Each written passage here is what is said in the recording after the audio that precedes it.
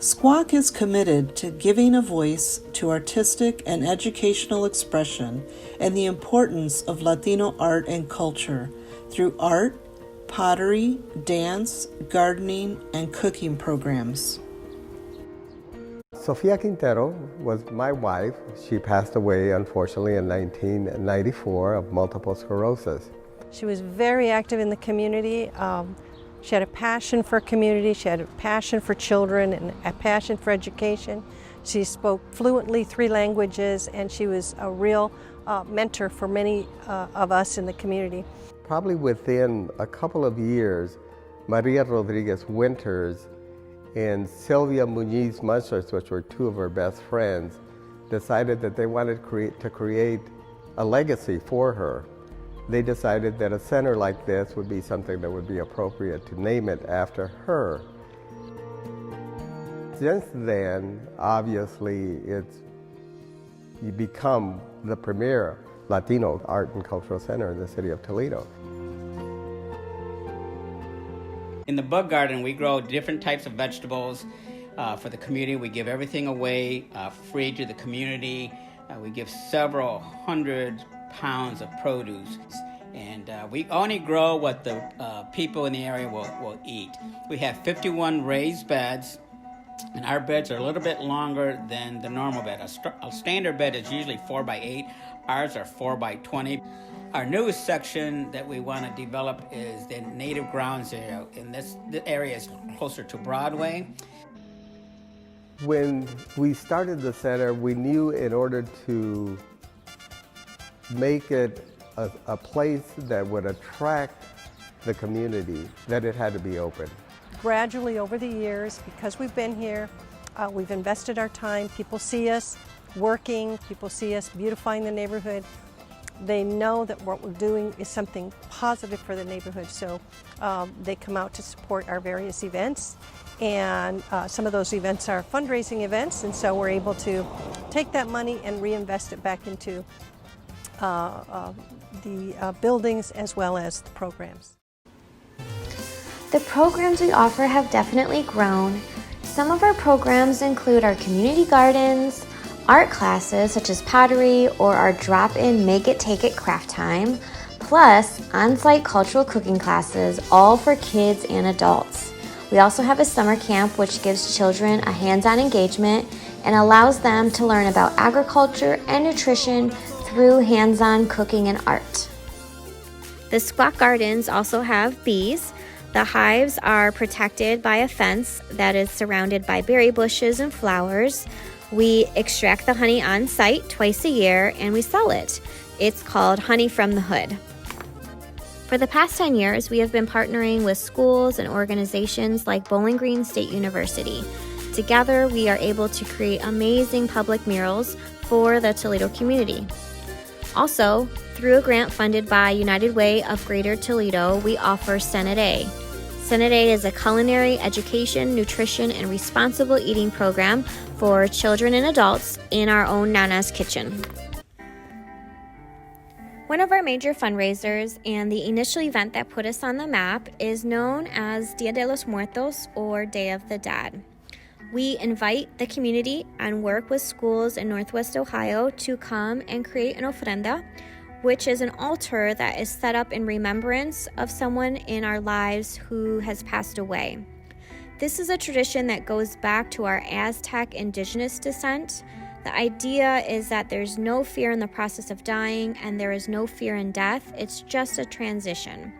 The event is celebrated with altars, dancers, great food, sharing memories, and celebrating our loved ones together. We are funded through grants and donations, and in our event center, we host fundraisers and community events that we invite you to participate in. As you can see, the event center is a perfect place for your next celebration. Another way to support SQACC is shopping in our tiendita. La Tiendita is filled with Latino art, jewelry, clothing, and more, and open during standard business hours. Thank you. With your investment, we are building community through programs you support.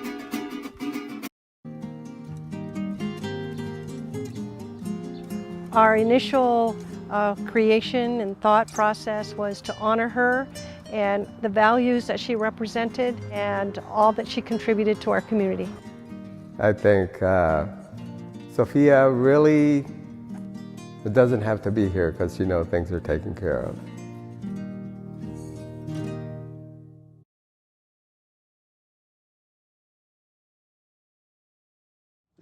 So we're going to start making one of these, and we're going to use this old block of wood because I like to recycle materials.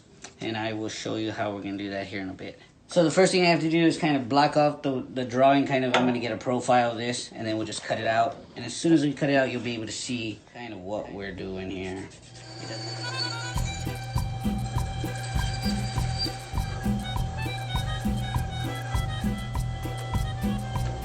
And here we have a kind of a roughed out shape for the body. You see a little mouth there, a little belly, and there you go. So I came up to the university, to Wittenberg University up in Springfield, Ohio. When I graduated from there, I went with my girlfriend, who is now my wife, back down to San Antonio. By talking to family and friends, we were able to find a job up in Toledo, Ohio, painting fishing lures. So I moved up to Toledo about, I want to say 17 years ago, to paint fishing lures. I switched over to woodworking, and that's really when I got into wood carving, and I would make furniture. So right now I am carving animals and plant life, and then painting them into alebrijes, which are, if anybody, I'm sure everybody has seen the movie Coco, but that's really where it gained more wider known popularity. They've been around for quite a bit of time now. So the alebrije is a compilation of different animals that are all put together to make one mythical beast, if you will. But when they first started off, they were always fantastical creatures. And they started off by a man named Pedro Linares, who was a piñata maker. And so he tended to make large ones for festivals and carnivals when he first started. There's a myth, he had gotten sick, if you will, of these mythical creatures, brightly colored, and they were flying around and they were chanting alebrije, alebrije. From the research that I've done, the alebrije actually started from another artist who commissioned Pedro Linares to make them for an art gala in Mexico City. And so that was kind of the birth of the alebrije. So when I started the Sofia Quintero Arts and Cultural Center, my job began with a program that we had gotten a grant for, which was the ceramic studio and a screen printing studio. And so we built a pottery studio. We have 2 kilns, 6 wheels, screen printing, so we can do mugs, shirts, bags, all kinds of different things. I also got a few things to do, some printmaking, because that's where my interests lie. And of course painting, because it's kind of a fundamental art that you have to have. Most art forms, but your basics, I should say, of art, which is drawing. With the pottery program at the Sofia Quintero Arts and Cultural Center, I teach groups of 6 to 8 people at a time, all age groups from as young as 8 years old and upwards of, as long as you can sit upright, you can do pottery. But we teach wheel throwing as kind of the main part of it. It's 8 weeks long. You'll go from learning how to wedge clay to throw a bowl or a cylinder on a wheel. We also cover hand building, which is more for sculptural pottery. But it's and we also go over the glazing and different types of clay decoration for that. So one of the things here with the Sofia Quintero Center is we have an art gallery, which is a Jose Martinez Memorial Art Galleria.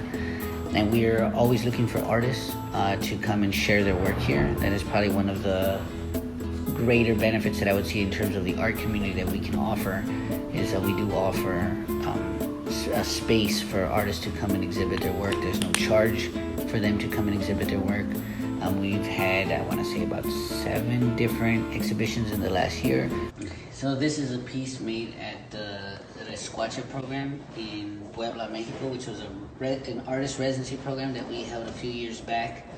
They had artists come from all over the world down to Puebla, where they're from as well.